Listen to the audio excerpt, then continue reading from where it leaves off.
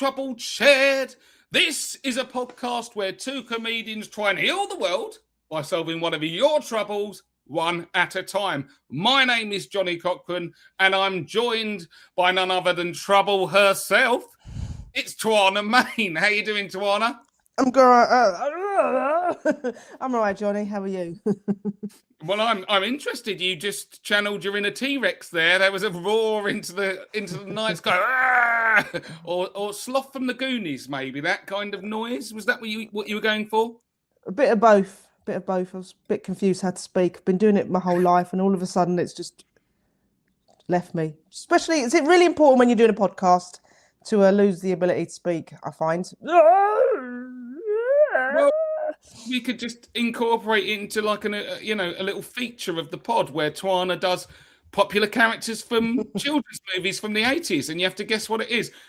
Everyone get back to us in the comments underneath which character from a children's movie. I've given it away. It is Sloth from the Goonies she was doing. There'll be another character on the next episode. Do tune in for that. Twayna, as always, we are out here on these pods trying to save the world, one of your troubles at a time. But we usually start with one of our troubles. Have you got any troubles this week? Yeah, I do actually, Johnny. I think my hay fever started. It's usually not something that happens in winter, is it? Listen, here's the thing. No, I know. But over the years, it has started earlier and earlier, right? And the other day, on New Year's Day, I was walking down the road and I saw some daffodils, and I was like, "Uh-oh, they're out. There's some daffodils out. There's some daffodils down the road that are out, that are flowered." And I was like, "Uh-oh," because if that starts, it just means that everything else is sort of bubbling. And I think I'm starting to get the early bit. I really am, which is like, yeah, this is not good. It's not good. It might stop again, but like it's all. I'm getting the tinglings of hay fever. I enjoy living in the world where I can imagine you walking down the street, seeing daffodils and being, "What the fuck are they doing here? Oh God, we gotta go. Do you know, I love some, like the memes and stuff they see online, that you might see online, where there's one clip about how black people deal with emergency situations. And they're like, for some people think it's crude, fair play, but, I get it, about how white people will walk towards danger. Yeah. And black people, the moment they see it, they're like, "Let's get the fuck out. We're just running." Okay. And I love how potentially your response to some blooming daffodils might be, "We gotta go, sprinting up the street." These flowers are blooming earlier and earlier. I know there's a catastrophe coming. Do you know what I mean? It's like, turn around, we need to go. We need to get that emergency bag and we need to leave. And that's, for me, it's daffodils. Like Tom Cruise in War of the Worlds, you can see it unfolding slowly and then realise you got to go. Or in Jurassic Park, when they see that the dinosaurs are flocking right for them. You see pollen. You see pollen out there, and you see the imminent danger. Go, go, go. Well, Twayna, all I can say is I can't offer a very real solution to you, because that sounds like a really gross situation you're having to deal with. But just keep your head up. Maybe get some of that. What's that? Hay fever stuff called? Is it antihistamine? Or what are you going to say? Well, antihistamine, yeah. So, but I want to say Anodin, but that's not the one. What's the one that you spray up your nose? Benadryl. No, that's Benadryl. There you go. Is that cough? What's cough medicine? Benylin? Oh, now we're talking about like over-the-counter medication. Yeah. Either way, one thing we have to clear up so we don't. Never take medical advice from this pod. We are not suggesting treating hay fever with Anodin or whatever. Don't do it. Opium. What is that thing called? Opium. Yeah. Take some opium. Yeah. Yeah, that usually sorts out verrucas. Yeah. Right, Twayna, we've sorted that trouble out, I think. Should we deal in with some other people's troubles and start getting through these? Here we go. Here's the first one. My partner takes more notice of her kids and their opinions than mine, and I'm at breaking point. We are both 42 and moved in together a year ago. I have 2 kids from a previous relationship, and she has 3 who live with us. The oldest is 15, and she rules the roost. The youngest, 11, has just started his new school and is already in trouble. I explained to him that he needs to make a good impression with his teachers. His big sister butted in saying, "You're not his dad, leave him alone." Yesterday, he was pretending to be ill, but when I told him to get dressed, his older brother then got involved and said, can't you see he's sick? My partner stood there shrugging. My kids wouldn't dream of back-chatting me this way, yet my partner thinks it's okay. We are barely speaking at the moment. I think I'm done. Twayna, what do you make of this? It's a tough situation, merging families, sometimes kids of different ages, not your kids. You know, if if you're telling somebody else's kid off and they butt back and go, "You're not his dad, leave him alone," you're like, I'm glad I'm not his dad because he's horrible. You and your siblings are awful. I used to love your mum, but I'm realizing that this is a mistake because you three, tell her from me I'm leaving because you lot are shitbags. Just do that. Don't you're kind of you're thinking these people are respectful and they're not, and it's like, do you know what? Tell them, just hit them with some home truths, some tough love. You're like, look, I'm so glad I am not related to you biologically because you're awful people. Your mum's all right, but actually she needs to work on this situation. Otherwise, we're over. I'm sorry that it's come to this, mate, but unless she sort of backs you, then get out. It's just, I mean, it's not fun. Doesn't sound like much fun. What do you reckon, Johnny? Well, I agree with your assessment, and I did love the line there of I'm done with your mum because you lot are shitbags. That is a way of resolving the situation. Well done, Twayna. I couldn't have poetic actually. This is a difficult one, and ultimately, what has brought you together is the love you have between the parents here. But a quick way of falling out of love with someone is realizing that your values are not shared, and this is essentially what it is. It's values. The only thing that gets me is, did you not realize any of this stuff before moving in together? Like, have you not met these kids before? Did they just go, surprise, flash mobbed you by being arseholes? Do you know what I mean? Like, whoa, where did that come from? But there is one quick way of falling out of love with someone when you realize that they are, essentially parenting in a cowardly fashion, letting their kids run riot, and you wouldn't want that situation, not least because you don't want to have to deal with it yourself, but the influence that will have on your own children who are raised to different standards. So, you can't be getting back-chatted by her kids with no grounds of recourse and then watching your kids do that. Absolutely not. So unless you want to set up some kind of fight club in your house where your kids just start, battering her kids to try and put some act right on them, which I'm not suggesting you should do. It's just an option. Then I think that this has absolute grounds to fall apart. But the one thing I would definitely say is that put it to her that this is going to be a very, very short living and relationship experience if she doesn't start taking ownership of it, and see if she can act accordingly. But this is not a sustainable situation. Make no bones about it. And even then as well, can't you see he's sick when the kid's faking going to school? Do you know what I mean? Can't you see he's sick? He's not sick. He's taking the piss. We've all done it over the years. Do you know what I mean? No temperature. This guy's going to be downstairs playing PlayStation the moment we say he can stay off. So don't give it that.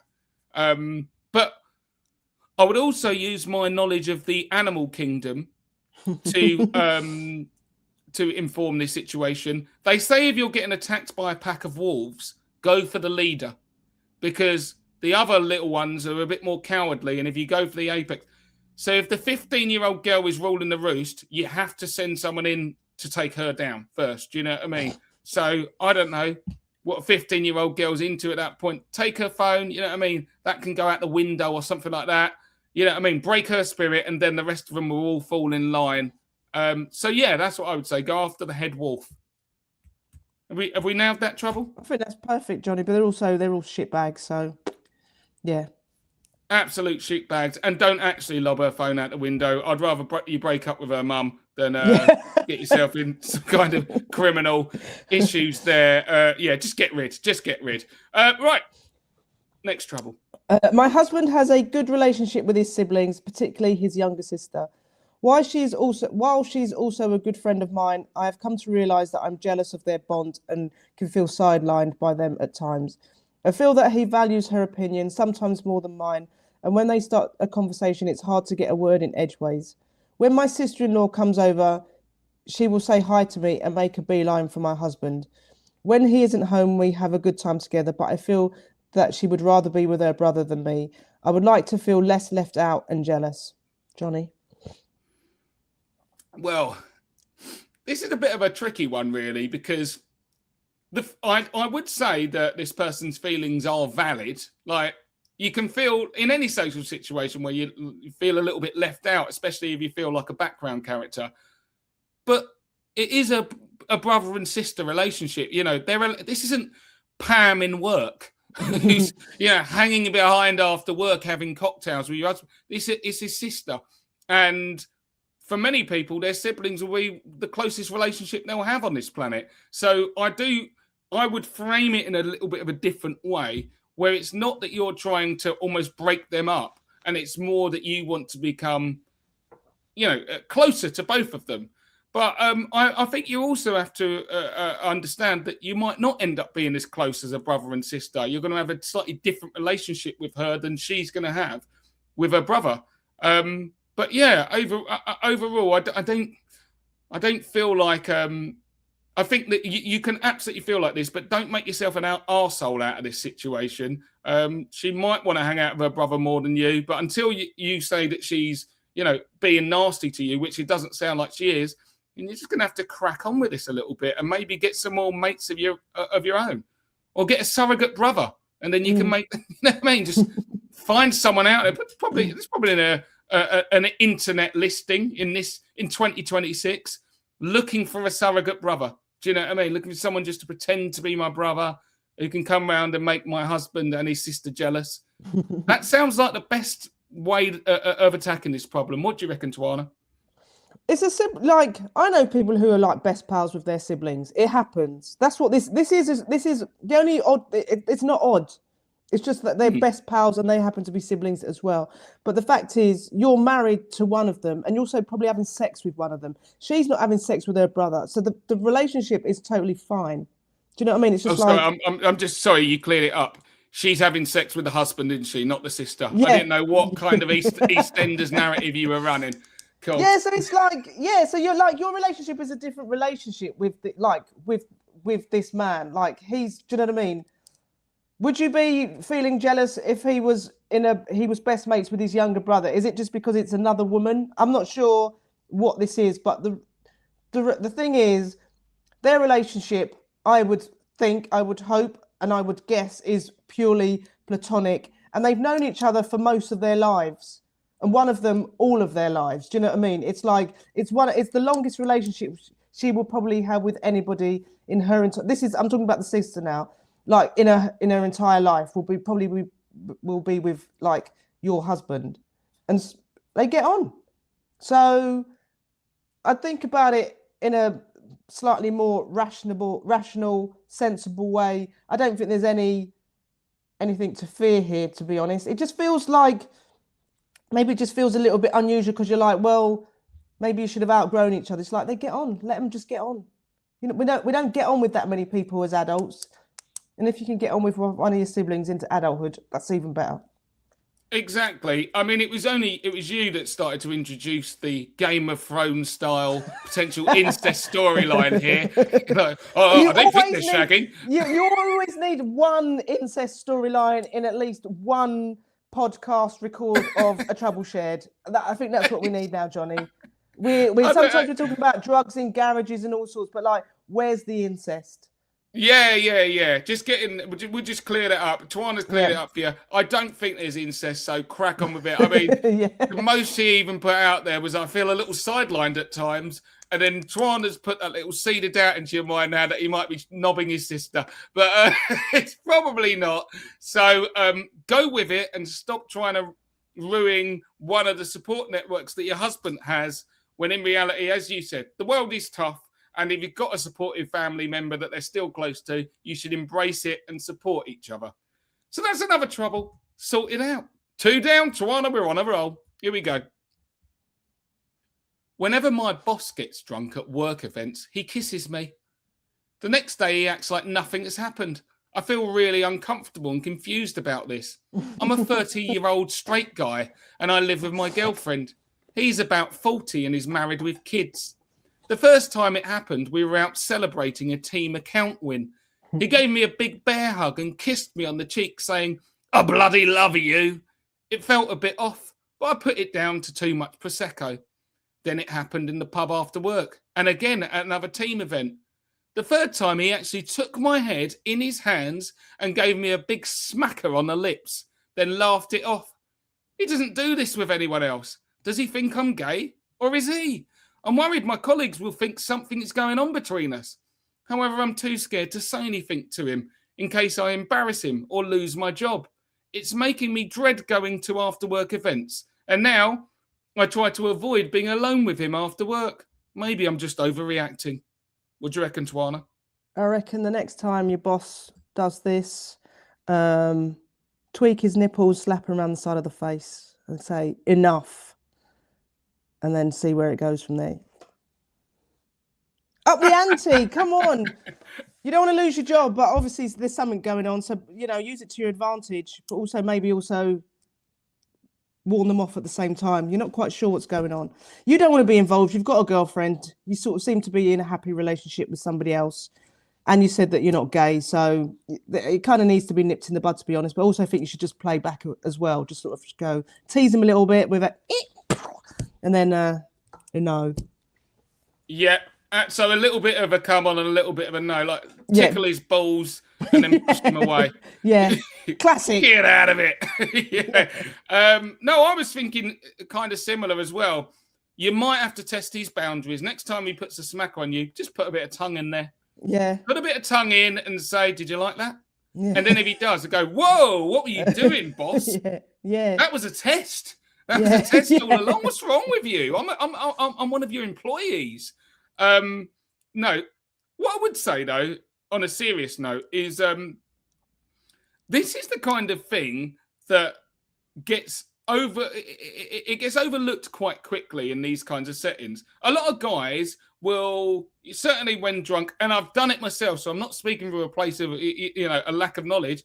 You get drunk, you're having a bit of good time, you give people a cuddle and a kiss sometimes, and it's not always something that's been requested or courted, but because you maybe don't think of it as in any way sexual or whatever, you don't necessarily think of it as crossing lines. But it is, if that was a woman, if that was a man doing that to a woman in those settings, I think a lot of people, society would have that being a little bit more clearly and visibly crossing the line. Whereas in this kind of setting, I do think that the boundaries for a man are not always respected in that way. So whilst I do think he says, maybe I'm just overreacting, there might be a touch of it. Like it does seem like you were a little bit tetchy in the first place.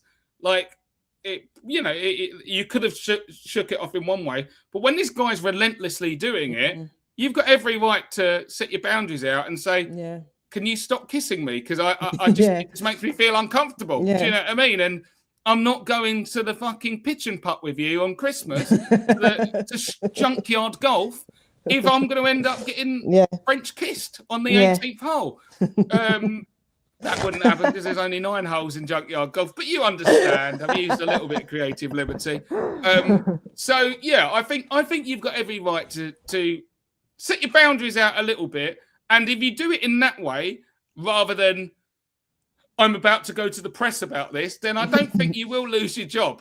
Unless he was actually always doing it to try and leverage some kind of relationship. And one way or another, you're better off out of there and end up suing him. So I do think you've got every right at this point to be a little bit more clear with your boundaries. But you don't necessarily have to accuse him of being an absolute predator, because I don't think it's necessarily dipped into that yet. So that would be my advice. Anything else, Twayna, on this one, or have we wrapped this up? No, it's been a bit annoying and it's making you feel uncomfortable. But like you said, just tell him to stop, but also just, stick your finger up his bum Just for a laugh.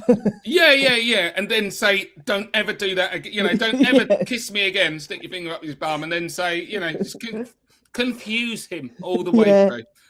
Sorted. I'm sure that person could go away with that attack plan, that course of action, and there will be no further drama. Next trouble.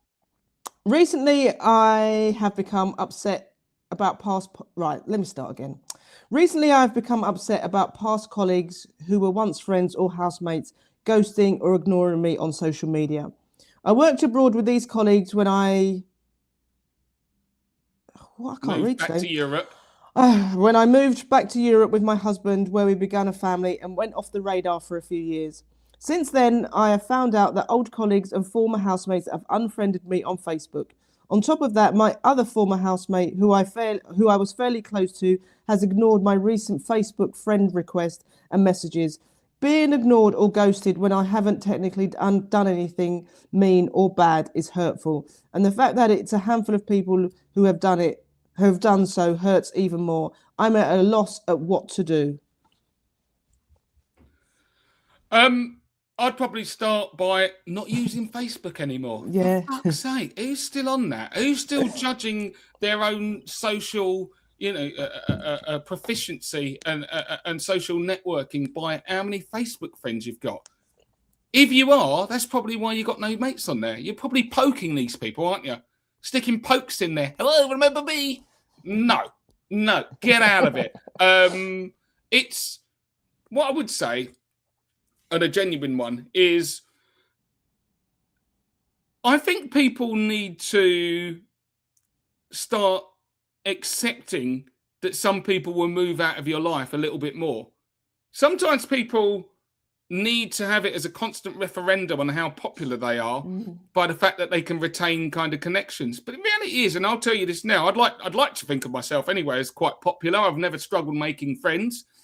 But with the friends that I have, I struggle to make time for everyone. And that is not through, any kind of lethargy or not being interested in them. I just have so much things going on these days. So there are mates that I've grown up with, people who I consider my best mates. Sometimes I haven't seen them for 6 months. And then the idea that I would have someone from who I used to work with 6 years ago try and add me on Facebook. You're an absolute background task that I need to address. I don't even go on that. So if you were taking some kind of referendum on whether I thought you're a nice person, you're misplaced. I probably do. But I probably haven't got enough time to have, constant updates and constant care and attention for you. So this person probably needs to do a little bit more self-work in terms of building up their self-esteem and maybe look to making new friends rather than just kind of going back down memory lane for people that might not have felt as connected to you as you did to them. So that's kind of where I'd go with it. Anything extra on that, Twayna?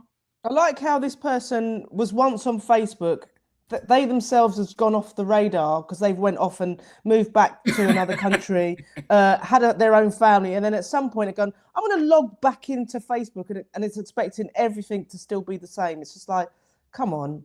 And also, social media, social networks are not where I think we should be focusing our attention. It's like your connections in real life. Do you know what I mean? It's like, who do you might have more a meaningful relationship when you walk past a road sweeper that you see, if you leave your house.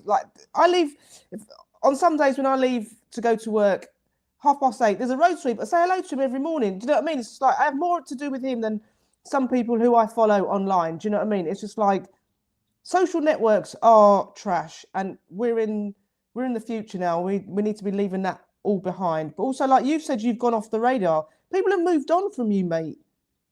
Don't expect people to be sitting there going, she's gone back home. She's had I can't waiting for her to log back in and, poke me. I don't even know what you do on Facebook. I deleted that. Do you know what I mean? It's just like, what is wrong with these people? You've not done anything wrong. You've not done it. People are just moving on with their own lives. Like you said, Johnny, as adults, we're not, get over yourself, woman. That's what I'm trying to say in a nice way. you learn different things about the people on the podcast. Twayna Mayne is friends with the road sweep on her street on Facebook. He added her, and she immediately accepted. Also, I take umbrage with the way that you're using the term ghosted. This person commenting. Ghosted might be if you're on a dating app and there's expected level of immediacy to responses, i.e., if you're asking someone, what are you up to this weekend because you're trying to organise some kind of thing, if no one gets back to you for 2 weeks or ever, that's ghosting because you expected some kind of conversation. Not accepting someone's friend request on Facebook is not ghosting. They don't fucking go on Facebook, clearly. Yeah. And you, living in the dark ages, are in there going, oh my God, no one's on Facebook anymore. Get over it. Move on with your new family in Europe and stop dredging at the past and hauling other people over the coals. I think we've knocked that one out of the park, Twayna. Perfect. On to the next. If I see one more picture of Rodney or Del Boy, I think I'll explode. My husband is obsessed with TV's Only Fools and Horses. He's 49 and wants a Fools and Horses fancy dress party with a trotter's car cake for his 50th. We've seen the musical together 4 times, and he's been with various friends another 6 times at least. His word perfect. I was relieved the musical was ending, but now a theatre production may start touring. I'm 47 and work in a care home. My husband works for the council. We've had a happy marriage, but our garage is bulging with photos, video recordings of all the old episodes and other memorabilia. He's on auction sites looking for stuff constantly and has more flat caps and sheepskin coats than Trigger's broom has had new heads. Our son has just gone to university, which has cost us a bomb in rent and tuition fees. I just know the next stage is my husband will start stuffing our son's empty bedroom with his junk. We can't afford it. I'm desperate for him to stop. Twayna? You can't begrudge somebody a hobby, but also only Fools and Horses hobby is, I don't know, it's a bit niche, isn't it? I'm not really a fan of that show. I'm not really a fan. I feel it. I mean, your husband's happy. Just let him be happy, but also tell him you can't stuff another room in the house with this stuff. It's got to stop somewhere. Just let him down gently, but also let him have his 50th birthday cake. Do that, but also say, look, we need to wind this down a bit now. It's getting a bit out of control. I don't want it taking over our lives. It's already taken up enough of our time. Just go gently with him. What do you reckon, Johnny? Well, what I would say is she's obviously worried about the financial situation, but I would, kind of calm her by saying, don't worry, this time next year, you'll be millionaires. So thank you. A little bit for the Only Fools and Horses fans that listen to A Trouble Shared. Clearly you. Yeah. Just one bit, and then we'll move on. This is an interesting one, isn't it? Because you said it right. Everyone deserves the right to a hobby. Everyone has their rights to interest. But what it was giving by the end is obviously obsession, and that would be driving you mad. But when like on Jerry Springer and stuff, they used to go in to like hoarders and be like, how did it get like this? Like, wasn't there any checkpoints along the way where you could have stopped? And he's already fucked the garage up. There's probably a yellow Robin Reliant in there, flat caps falling out. And now the idea that you can take your son's bedroom as well, you have to make a stand. Do your Gandalf in your son's bedroom, thou shalt not pass. Say it's off bounds, not having it. You're ruining our lives with this. The garage is a lost battle. Let him continue to only fools that up. But don't let that stuff come into the house. It will never end. And I do think that there is a genuine point about people overspending on their hobbies to the point where, it's both of your lives, it's both of your houses. You've got shared resources at this point. And if this guy can't get himself off eBay because, the tissue that Trigger wiped his nose with in episode 4 is up for sale, and he's going to do a monkey on it or a pony, to use the appropriate term, then you've got every right to jump in and say, no more. No mass for my own sanity. But you've been married a long time, and ultimately, are you really going to leave him over? Imagine. It's me and the Trotters. It's the Trotters then. It's the Trotters, exactly. But no, yeah, just try and put it out there that you're not enjoying it as much as him, and make it clear that you've got to have boundaries. There are certain areas in the house where that cannot touch because it's not fun anymore. It's going too far. And maybe he'll pick up on those vibes, and maybe make it clear that you want to start having a lot more open discussions around finances, so things can't keep getting spent without your knowledge on items you'd have no business with behind your back. We sorted that one? Yeah, I think so, Johnny. Good one. Here we go. Last trouble. I am a woman in my early 30s. I am financially independent with my own home, with a job I love. I have wonderful friends and pets I adore. Despite all of this, my parents, who I love dearly, still treat me as if I'm 10. How I spend my money, even on groceries, is monitored. New clothes or books are noted and commented on. I would like to try new hobbies, but my mother always comes up with a reason why I shouldn't. With my father, it's more about my physical safety. I'm not allowed to travel or take jobs in certain cities. I want to start discovering who I am, but I find my parents' behaviour clinging and suffocating. I know every part of this is from a place of love, but this makes it all the more difficult to set boundaries. How do I make positive changes without ruining a loving relationship? This is a good little trouble, actually. I think shades of it might connect with a lot of people, in the form of, this is not coming from a bad place, but they're taking the piss. You're 30 years old. You well, not even 30, in your early 30s. You cannot be having this shit anymore. Now, they're trying to infantilize you, and that's because to them, you never stop being their little girl. But guess what? Unless you want to stay living trapped in some kind of, kids' world, you're going to have to start breaking apart. You've already flown the nest. You've got your own gaff. And you are absolutely going to have to start making hard boundaries. I would also say it's even more important that you do, because not setting boundaries is something that little kids do. So, part of emancipating yourself from the yoke of your parents is going to be telling them to back the fuck off. They will adapt, but it's only going to come from you taking strong leadership over it, and go to certain cities. You don't need to be reckless. Take jobs, go and meet new people. I mean, I'm not having anyone tell me which books I can't buy. I don't really buy books, so it doesn't really matter. But still, I won't have anyone running the rule over it. But you've got to stand up to your parents, whether it's from a good place or not, and say, I'm running my life, and thank you very much, but you're only here as parents at this stage, not, arbiters of my life. What do you reckon, Twayna? I reckon your parents shouldn't tell you what cities that you shouldn't be going to unless there's like a war, unless it's really dangerous. If you're saying, I want to go and move to Sheffield, you're like, okay, fair enough. Do you know what I mean? It's not the end of it's literally not the end of the world. Like you said, you're in your early 30s, you've got, your life sounds nice, you've got nice friends, you've got pets you adore, you've got a job, you sound like you're doing well. So I think your parents, they knew this day was going to come. It should have maybe come 10 years or so ago, where they sort of, even more like, were less, they've set you up for life.